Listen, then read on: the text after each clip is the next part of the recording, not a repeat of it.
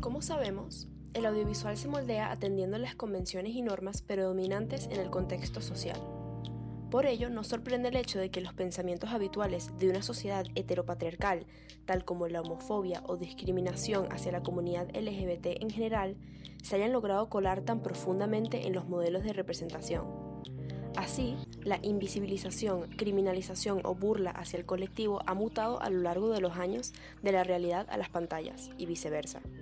Implementado durante los inicios de Hollywood, el Código Hays significó una influencia importante en la representación de la diversidad como un tabú sexual, enterrando esta bajo subtexto o directamente eliminando la posibilidad de que un personaje pudiese ser reconocido como no heterosexual. Siguiendo otro de los principios de este código, los films no podían ir por encima de la ley, que en su momento condenaba la homosexualidad. Por tanto, esto llevó a la extensa criminalización de las personas del colectivo. Sin embargo, esto se extendió hasta mucho después de la desinstalación de la norma. Durante los 70s y 80s, las subculturas fuera de lo heterosexual sufrieron un proceso de villanización, originando múltiples variaciones de antagonistas queer. En definitiva, se entendió durante un largo periodo que los personajes LGBT debían cumplir el rol de víctima o de victimario, ya fuese porque cumpliese una de ellas la clásica narrativa de la lesbiana mala que quiere atrapar a la ingenua mujer heterosexual en su trampa, o por lo contrario porque fuese retratada como una víctima real del sistema o de su entorno, lo cual veremos presente en la mayoría de obras que analizaremos para nuestro estudio. En todo caso, cualquier personaje que se supiese como no heterosexual se asumía con un destino trágico inminente. De ahí en adelante, aunque bien se empezaron a realizar más intentos para mostrar la discriminación sufrida por la comunidad LGBT en pantalla, también funcionaron como reafirmación de la concepción del ambiente LGBT como un colectivo aquejado por sufrimiento y remordimientos. A propósito de películas con este tipo de mensajes, hemos de presentar dos de nuestras primeras obras de estudio, que a pesar de mostrar a los protagonistas y las historias bajo esta luz, buscan hacerlo con cierto matiz de crítica hacia la sociedad convencional que marginaliza a personas de la comunidad LGBT por sencillamente experimentar su sexualidad. Esta corriente surge en los 90s y se denomina New Queer Cinema, pero hablaremos de ella un poco más adelante. El primer ejemplo de esto es Moonlight, de Barry Jenkins, en la cual seguimos a Chiron, un joven afroamericano que vive en un entorno tortuoso y precario, y encuentra orientación de la mano de Juan, un traficante de drogas, quien influirá ampliamente en su vida. A todo esto se suma un romance malogrado con otro hombre, añadiendo los elementos que nos harán sentir que Chiron está sujeto a un mal destino. A pesar de que Chiron vive hasta prácticamente el final de la película escondiendo su sexualidad, pareciera regalarnos un atisbo de esperanza hacia el final, cuando es capaz de declarar sus sentimientos a su amigo. La siguiente película que estudiaremos, Ander, de Roberto Castón, sigue esta corriente quizás de manera menos dramática, aunque en todos los casos las películas que estudiaremos serán dramas, al presentar a un protagonista vasco quien, dedicado a su vida en el campo, vive sin cumplir con las expectativas de su madre, quien quisiera que se casase con una mujer. Cuando llega José, un inmigrante peruano que asiste a Ander, entendemos que esconde su homosexualidad con vergüenza, absorto en los ideales homofóbicos del pueblo en el que vive. Sin embargo, la película nos regala un buen final en el que el protagonista vive orgulloso con su nueva pareja. Como se ha mencionado anteriormente, la actual forma del cine LGBT inició con el New Queer Cinema, el cual se interesó no solo por la inclusión de personajes queer en pantalla, sino que su principal objetivo era dinamitar las normas y estructuras narrativas del heteropatriarcado, sustituyéndolas con crudas críticas sociales y festivas sátiras. A partir de estos discursos se puede utilizar nuestra siguiente obra de estudio, La vida de Adele, como ejemplo de películas que poco tienen de queer en tanto se eliminan los elementos de fondo y solo se potencializan las relaciones sexuales como un factor homoerótico rentable o una plataforma actoral para ganar notoriedad. En esta película, Adele, una estudiante joven francesa, conoce a Emma, una estudiante de arte abiertamente homosexual, con quien formará una cercana conexión. En The Last of Us 2, por otro lado, nuestro caso de representación queer en el mundo de los videojuegos, la homosexualidad de Ellie es retratada de manera diferente en el sentido de que este no le define. aunque su vida no estará lejos del sufrimiento ni mucho menos, debido al mundo posapocalíptico que la rodea. De esta manera, aunque la inclusión de personajes homosexuales en estas narrativas predominantemente protagonizadas por hombres cis sea algo bueno, que no deja de ser una representación acertada y no estereotipada, no realiza en sí una crítica notable que podamos equiparar a aquella que busca el New Queer Cinema. Más allá, esto nos lleva a la cuestión que nos planteamos principalmente en este ensayo. El simple y llano interés por incluir más diversas representaciones de identidades sexuales y de género en obras audiovisuales, entendiendo que por buscar una mejor representación de un colectivo ampliamente invisibilizado a través de los años, ¿es suficiente para realmente reivindicar los derechos LGBT o el pensamiento queer en general?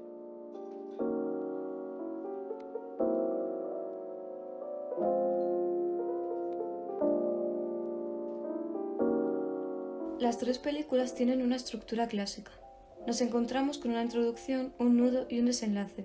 Tanto en Moonlight como en Under, la separación de los episodios se da a través de rótulos. Moonlight diferencia las tres etapas de la vida del protagonista que se narran.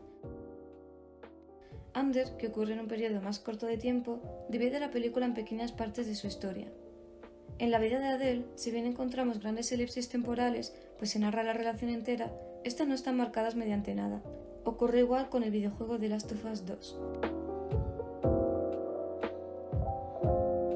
Under, Moonlight y la vida de Adele nos presentan la historia de tres personas que pertenecen al colectivo LGTB y quieren poder ser tal y como son.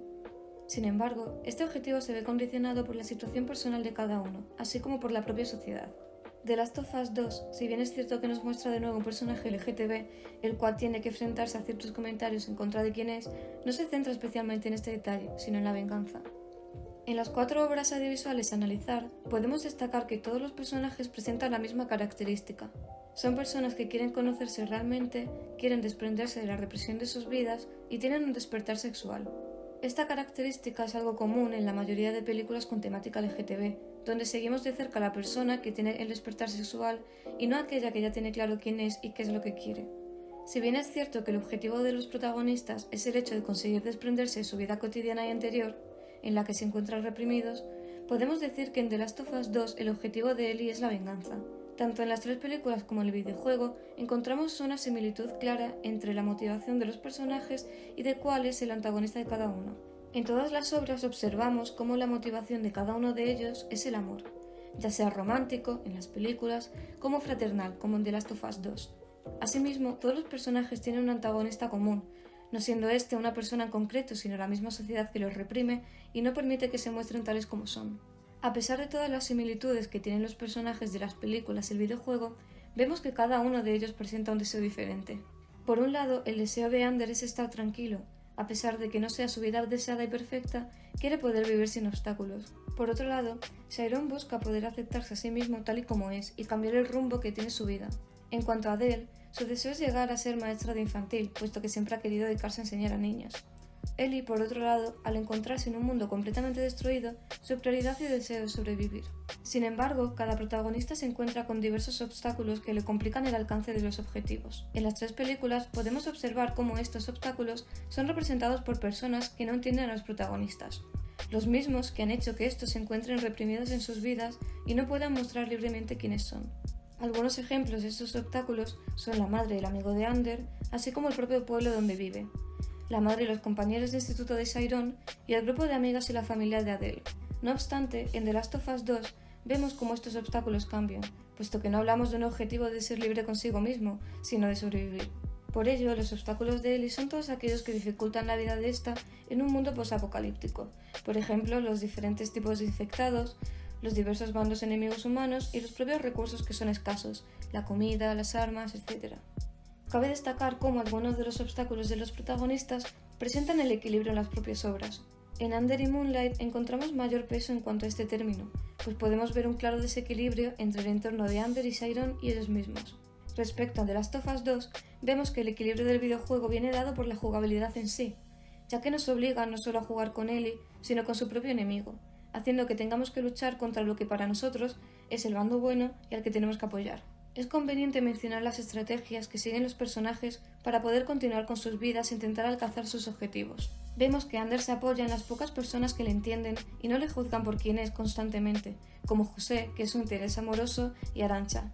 Sin embargo, a pesar de este apoyo, no sigue ninguna estrategia en concreto, pues sabe que su destino es quedarse en el pueblo y ayudar en su casa y el campo. Sayron también se apoya en ciertas personas.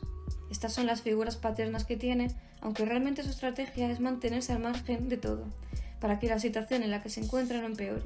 Asimismo, pretende aparentar ser una persona mucho más fuerte de lo que es y segura de sí misma, para evitar más ataques hacia él. De esta manera, observamos cómo empieza a demostrar una clara hipermasculinidad, en parte para poder demostrar esta fortaleza, y por otra para desviar la atención de comportamientos que él o su entorno perciben como femeninos, y por lo tanto débiles, tal como es sentirse atraído por un hombre. Adele, por otro lado, intenta seguir los pasos de Emma, siendo esta su referente en cuanto a mostrar su sexualidad de manera orgullosa y centrando su felicidad en estar a su lado. Por último, él trata de luchar contra sus enemigos, llegando a matarlos, para así poder evadirse de la muerte de Joel, quien fue su figura paterna durante tantos años. En Ander y la vida de Adele, observamos cómo los personajes vehiculares de los protagonistas son sus propios intereses amorosos. Sin embargo, en Moonlight este no es un personaje en concreto, sino el propio entorno cercano a Sayron. A su vez, en The Last of Us 2 este personaje es un conjunto, siendo el bando contrario a Ellie lo que vehicula a la protagonista a querer vengarse. En cuanto a la estética de Ander, vemos cómo la estética de la película en conjunto muestra esta vida de campo y represión en la que vive. Nos encontramos en una zona apartada, al igual que se siente Ander por ser quien es. Toda la estética que se nos muestra a lo largo de la película es realista, enseñándonos esta vida rural. En la vida de Adele podemos observar la importancia que tiene el color azul. Este no solo representa a Emma, sino también todo lo que Emma significa para Adele. Vemos este tono en el pelo de Emma y en la entrada del edificio donde ambas viven juntas. Podemos observar cómo, a pesar de que su interés amoroso ya no porta el color azul, este sigue siendo imprescindible para Adele, por todo lo que implica en su despertar sexual y madurez.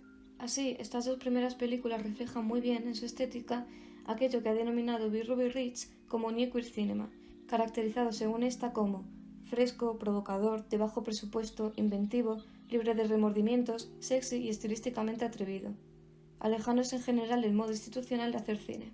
En Moonlight observamos cómo se le da gran importancia a la cámara y el uso del sonido. La cámara nos muestra en todo momento cómo se siente el personaje y por lo que está pasando.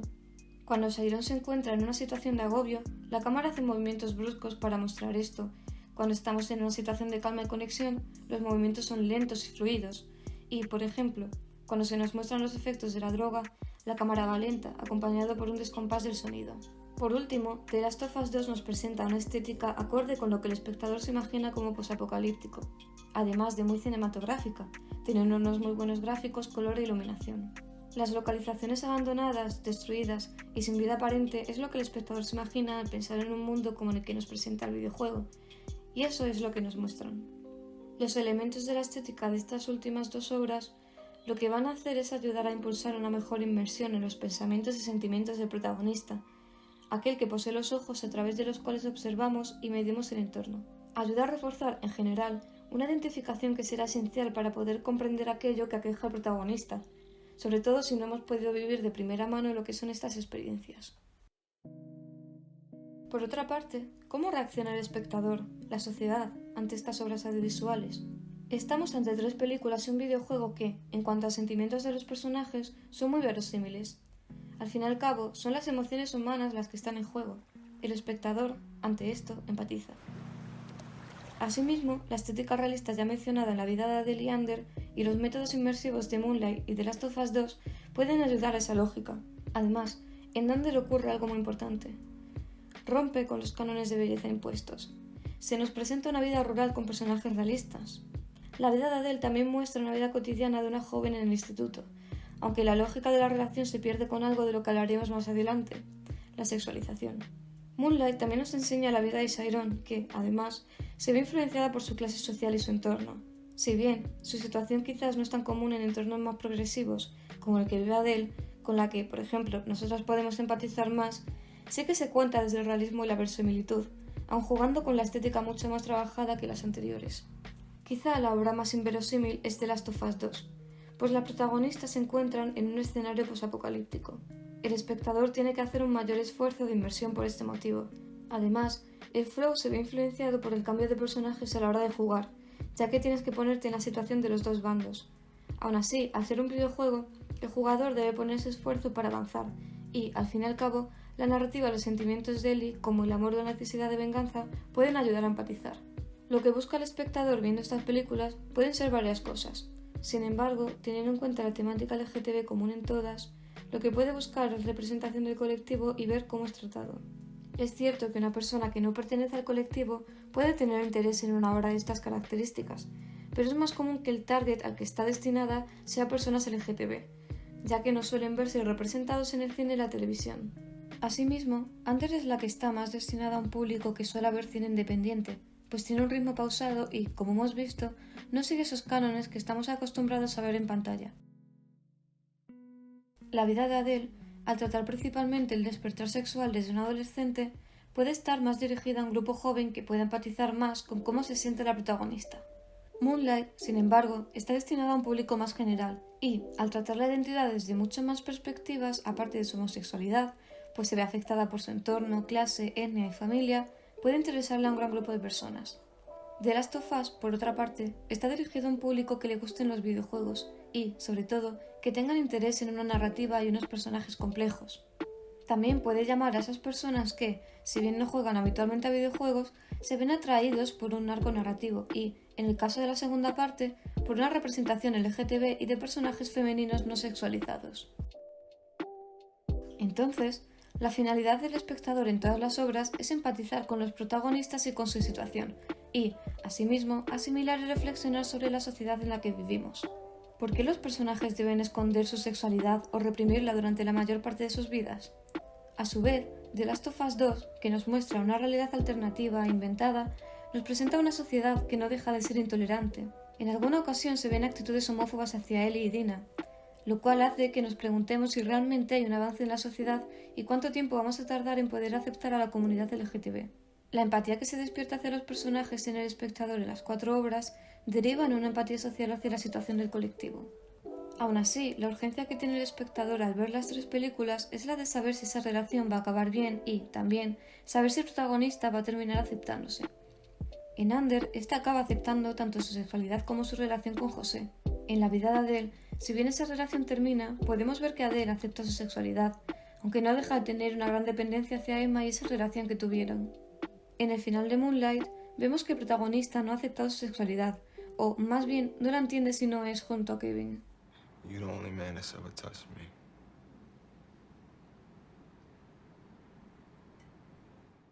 The Last of Us 2 es la única obra en la que la relación y la identidad de la protagonista no es lo importante de la trama, sino que el espectador tiene la urgencia de saber qué va a ocurrir entre los dos bandos.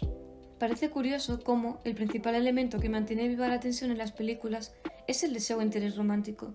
Así, aunque esto ayuda a visibilizar las dificultades que pueden tener ciertas personas del colectivo en aceptar su sexualidad, así como a validar las emociones de estas personalidades marginalizadas, resume sus experiencias más valiosas o interesantes en aquellas que estén vinculadas de alguna manera u otra a su sexualidad. Todas las obras, al tratar el tema de la homosexualidad, van en contra de la moral tradicional y, al final, es lo que se critica, pues es la base de nuestra sociedad. Asimismo, también se presentan escenas sexuales que, dependiendo del público, pueden impactar más o menos. El caso más llamativo es el de la vida de Adele, donde encontramos la sexualización antes mencionada. En esta hay varias escenas de sexo, pero la más criticada es una que dura casi 7 minutos. En este sentido, a pesar de ser esta una obra producto del no queer cinema, que intenta depictar de manera explícita las relaciones sexuales y emocionales entre personas del mismo sexo, como manera de reconfigurar las nociones heteronormativas en este respecto, también se ha de tener en cuenta el caso de la sobresexualización, y en este respecto especialmente de las mujeres lesbianas, quienes no dejan de ser objeto de la mirada masculina subordinante.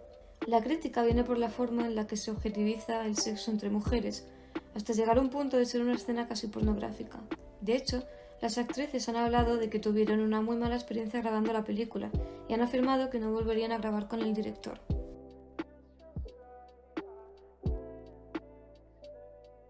Esto lo podemos relacionar con la escopofilia y la mirada masculina de la que habla la teórica británica Laura Mulvey. El cine, al menos el comercial, ha estado hecho mayoritariamente por hombres y dirigido a un público masculino. El hombre se puede identificar con el héroe de la película y sentir placer a través de la mirada erótica con los personajes femeninos. Esto, si bien está cambiando y no se aplica a todo el cine, encaja totalmente con esta película. Asimismo, es complicado encontrar una escena de sexo tan explícita en películas de hombres homosexuales, pues es algo con lo que el público masculino heterosexual generalmente no se sentiría cómodo. Se representan más explícitamente y se aceptan más las relaciones entre mujeres porque están sexualizadas, mientras que el que dos hombres tengan relaciones sexuales se encuentra como algo malo o que no produce placer. En Under, que como hemos dicho es una película independiente, esto no es así. La escena más explícita de sexo es en el baño y se presenta de forma natural. No está sobresexualizado, pero tampoco se evita. The Last of Us 2 fue criticado por lo contrario. Parte de aquellos que jugaron en la primera entrega de la saga criticaron, por una parte, que la protagonista sea una mujer, Ellie, y que ésta fuese lesbiana. Por otra, criticaron que, tanto ella como Abby, no siguiesen los modelos canónicos de representación femenina. Para algunos, esta última no tiene un cuerpo de mujer o es demasiado masculina. Al final, lo que menos se acepta es la representación del género de forma diferente a la impuesta.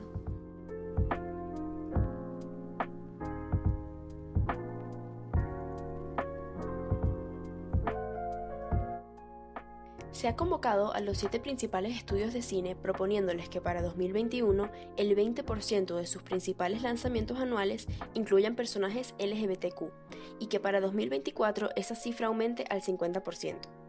Esto es lo que propone un informe publicado por la Alianza Gay y Lésbica contra la Difamación, o GLAAD por sus siglas en inglés, en el cual se estudia cómo y cuánto está representada la comunidad LGBTQ en el cine para suscitar un cambio real en la industria, recogiendo que para el 2020 se incluye apenas en un 18,2% de las producciones.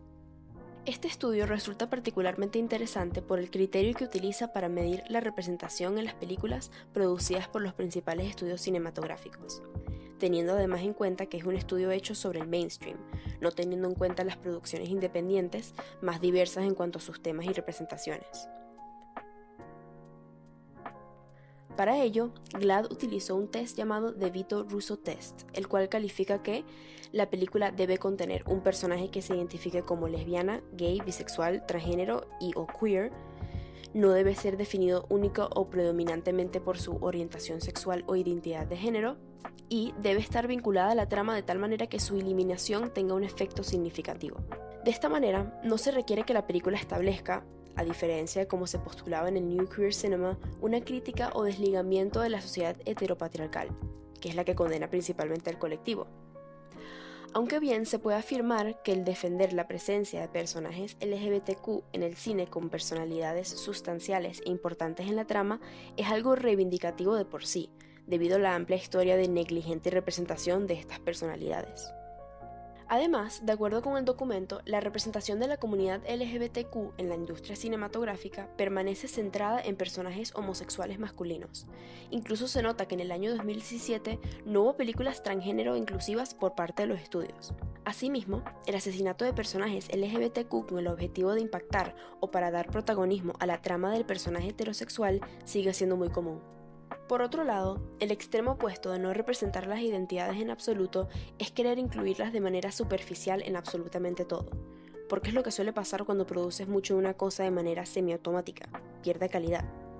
Esto es lo que se denomina como pinkwashing en el mundo de la publicidad o queerbaiting en el mundo del entretenimiento. En esto tampoco se quiere caer, principalmente porque no significa una verdadera reivindicación para el colectivo si se producen personajes estereotipados o hechos para vender y poco o nada representativos de la realidad que realmente se busca representar y hacer ver. Esto solo se puede hacer, como reclama GLAAD, a través de la construcción de personajes LGBTQ basados en investigación y análisis previos. Así también no deja de ser importante quién crea la obra, es decir, no solo quienes aparecen frente a la pantalla, sino también quienes la manejan por detrás. Incluyendo en más producciones a creadores queer, se promueve un interés más profundo a representar de manera más cercana y acertada a los personajes LGBT, siendo escritos y dirigidos por personas que realmente han podido vivir estas experiencias de primera mano, o que, en la mayoría de los casos, tengan un interés genuino por ayudar a un colectivo del cual literalmente forman parte. Quizás, de esta manera, se hubiese podido solventar en cierta medida la incomodidad experimentada por las protagonistas de la vida de Adele, quienes se vieron sujetas de primera mano a una mirada y dirección masculina y machista. Lo mismo se puede decir de los numerosos intérpretes queer, entre ellos destacando el colectivo trans, que tiene que mantenerse a flote en una industria que cede la mayoría de roles trans, siendo estos pocos ya de por sí, a hombres o mujeres cisgénero. Esto sin entrar ya en cuestiones de etnia o de clase, ámbitos en los cuales también hace falta una transformación aún más profunda. De esta manera, la representación LGBTQ se ha transformado, y aún queda mucho por hacer. Queda en manos de los futuros creadores, que deben entender lo fundamental que es hoy en día no solo contar estas historias, sino contarlas bien, como muchos aún tristemente no están preparados para escuchar. Cabe recordar, más representación no equivale a mejor representación. Simplemente debemos buscar, generalmente, una mejor representación. ¿Y cómo debe ser esta? Películas como Moonlight o Under no están lejos de construir estas historias acertadas, basadas en historias reales. Pero la controversia que han creado y que no dejan de crear nuevas obras como The Last of Us 2 son una muestra más de todo lo que queda aún por transformar.